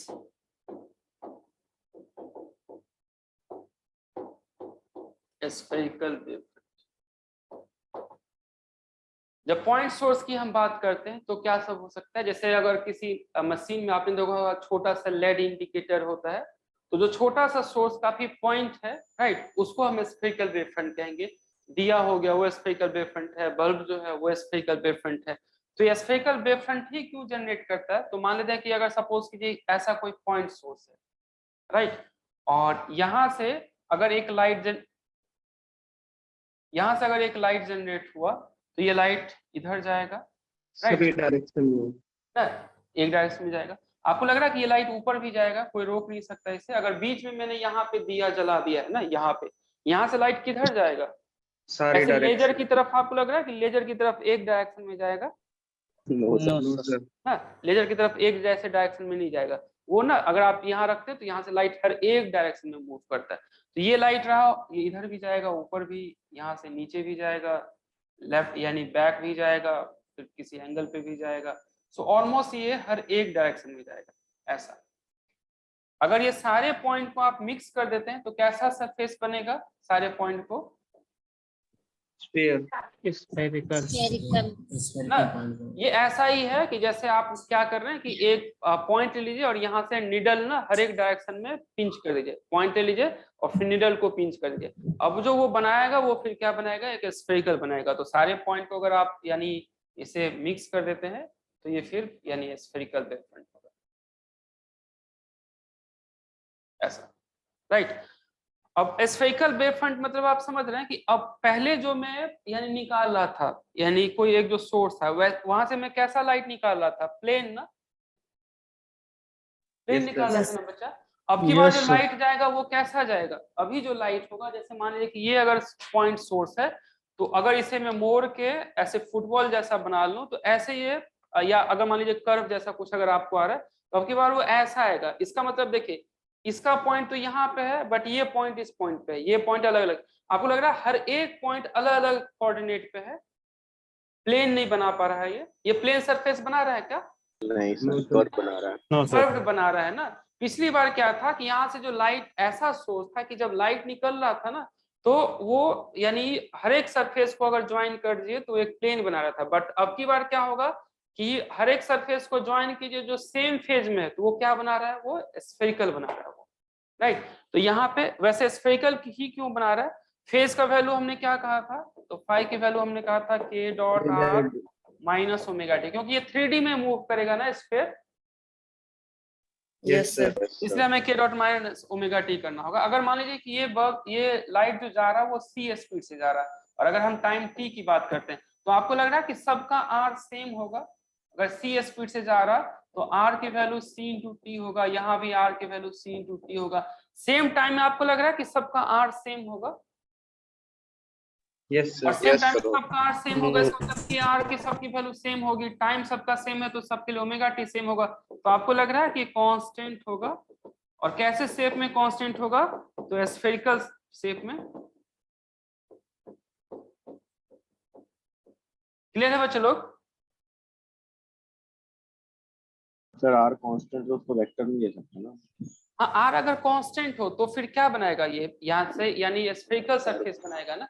तो सर एक पार्टिकुलर पॉइंट पे मतलब देख रहे हैं ना, एक पार्टिकुलर डिस्टेंस पे देख रहे हैं तभी ना। हाँ, यहाँ से आप ऐसा आर खोजिए जहाँ पे सबका आर आपका सेम हो, तो फिर क्या होगा, वो यानी सेम डिस्टेंस बनाएगा। जैसे यहाँ पे देखिए, जब मैंने प्लेन वेव फ्रंट कहा था, आपको लग रहा है यहाँ पे, या इससे पहले हमने कहीं आर ड्रॉ किया था, यहाँ पे आपको लग रहा है कि हर एक पॉइंट पे आर सेम होगा इसका? नो सर, नहीं होगा, सबकी वैल्यू अलग अलग होगी। तो ये वैल्यू अलग अलग होने से इसको फ्लेक्सिबिलिटी क्या दे रहा है कि ये प्लेन सरफेस है। बट यहाँ पे आर सबका रेस्ट्रिक्टली अगर मैं सेम रखूं तब तो ये स्फेरिकल सरफेस होगा। क्लियर है ये? मतलब सर पार्टिकुलर टाइम पे वो स्फीयर ही फॉर्म करेगा उसका वेव फ्रंट। क्या कहें, पार्टिकुलर टाइम पे, किसी पार्टिकुलर टाइम पे अगर हम ऑब्जर्व करते तो एक स्फीयर ही हमें दिखेगा उसका, स्फीयर ही फॉर्म करेगा। ठीक, सो ये मान लीजिए स्फीयर है, कुछ दूर के बाद अगर टाइम बढ़ता है तो क्या बढ़ेगा, इसका रेडियस बढ़ जाएगा। जी यस सर, ठीक, फिर आप इसे टाइम बढ़ाते जाइए तो फिर आपका इसका रेडियस बढ़ता जाएगा। अगर रेडियस धीरे धीरे बढ़ रहा है तो फिर ये रेडियस आपको क्या लग रहा है, एक सरफेस यानी एक लाइन सोर्स जैसा बनता जाएगा, रेडियस बढ़ता जाएगा तो स्ट्रेट लाइन बन जाएगा लास्ट। और कुछ दूर के बाद फिर क्या हो जाएगा, इनफाइनाइट डिस्टेंस के। सर आपकी वीडियो चलेगी? लाइट गई क्या सर के यहाँ? पता नहीं कुछ हुआ सर। सर कुछ दिख नहीं रहा है। अरे सर है ही नहीं ना शायद।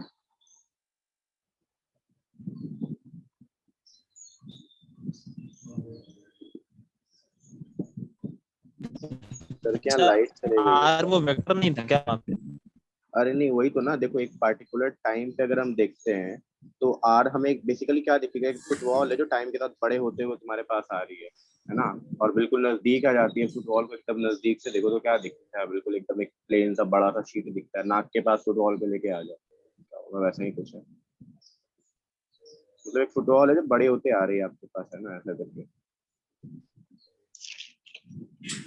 तो इस केस में आर तो मतलब वेक्टर नहीं होगा ना फिर तो, क्योंकि आर हमने फिक्स लेके रखा है किसी, लेकिन नहीं पार्टिकुलर टाइम पे फिक्स लेंगे ना हम लोग तो शायद। आर का इनफिनाइट डायरेक्शन होगा वैसे तो। अगर क्योंकि आर फिक्स है ना, आर फिक्स है तो उस स्फीयर पे हम कहीं पे भी देखेंगे, जिस डायरेक्शन में निकालना चाहेंगे उस डायरेक्शन में उसके परपेंडिकुलर के जाएगा उसके, और हर जगह का आर अलग होगा तो हर जगह का के भी अलग होगा। क्यों, अगर इस यूनिवर्स में तुम देखोगे तो ऐसा दिखेगा ना, उसका इनफाइनाइट डायरेक्शन हो सकता है। आर के लिए मतलब लाइट की प्रॉब्लम है, ठीक, यानी शायद नेटवर्क की प्रॉब्लम है। तो हम क्लास यहीं पे एंड कर रहे हैं, हम नेक्स्ट क्लास में डिस्कस करेंगे। हमारा 6 o'clock तक ही क्लास था ना? Yes sir. ओके, सो फिर आगे से कंटिन्यू करेंगे। तो स्फेरिकल वेव लार्ज डिस्टेंस पे क्या बन जाएगा? Plane wave. तो पीछे जो कह रहे थे ना कि प्लेन वेव कैसे क्रिएट होता है, तो प्लेन वेव क्रिएट होने के लिए या तो आपके पास यानी प्लेन सरफेस हो, या फिर क्या हो, स्फेरिकल वेव ही काफी दूर के बाद बहुत दूर जब ट्रेवल करे तो प्लेन वेव बन जाएगा। जैसे अगर सन से अर्थ पे जब रेज आती है तो कैसा बन जाता है वो? Plane wave. ठीक ठीक है, इस चीज को फिर कल और हम डिस्कस करेंगे, फिजिकल इंटरप्रेट करेंगे। Okay, thank you sir. Thank you sir. दूसरा वाला असाइनमेंट सॉल्व किया कि नहीं किसी ने? सर ने ऐसे सर को एक कॉन्सेप्ट और पढ़ाना था, तो वो सर ने कहा था कि अभी क्योंकि वो कंप्लीट नहीं कर पाए तो सेकंड बस देख लेना, लाइक डिस्कस नहीं करेंगे ऐसा कहा था। तो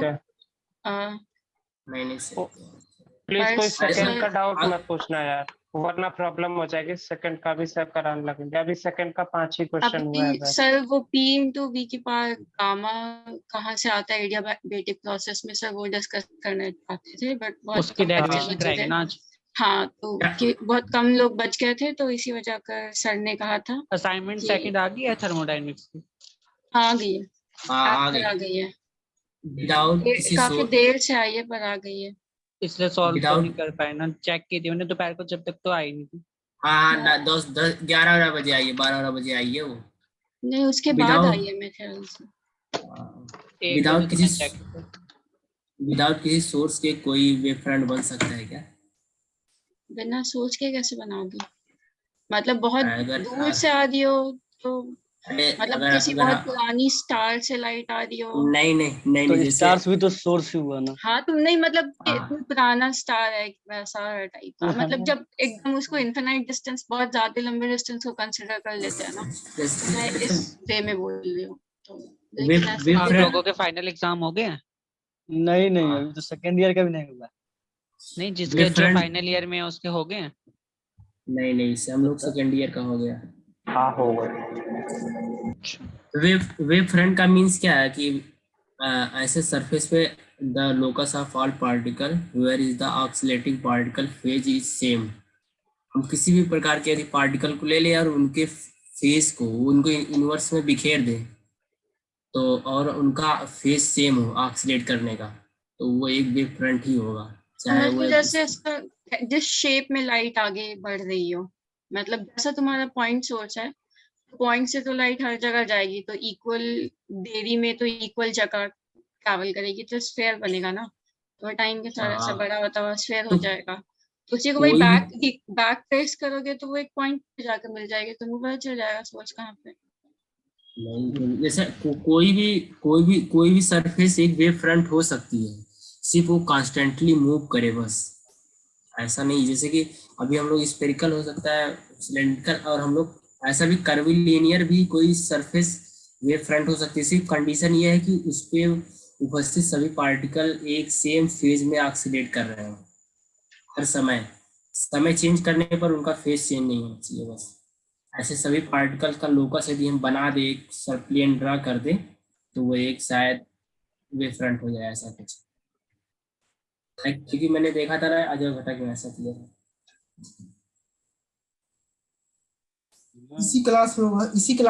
इसी क्लास को ज्वाइन करेंगे क्या सर? आज ये तो क्विक नहीं हुआ। नहीं मतलब नहीं, लीव कर दूसरा- दो, सर ने एंड नहीं किया अपने साइड पे। आई गेस 6:30 में ना दूसरा की क्लास 6:30 बजे है ना? 6:30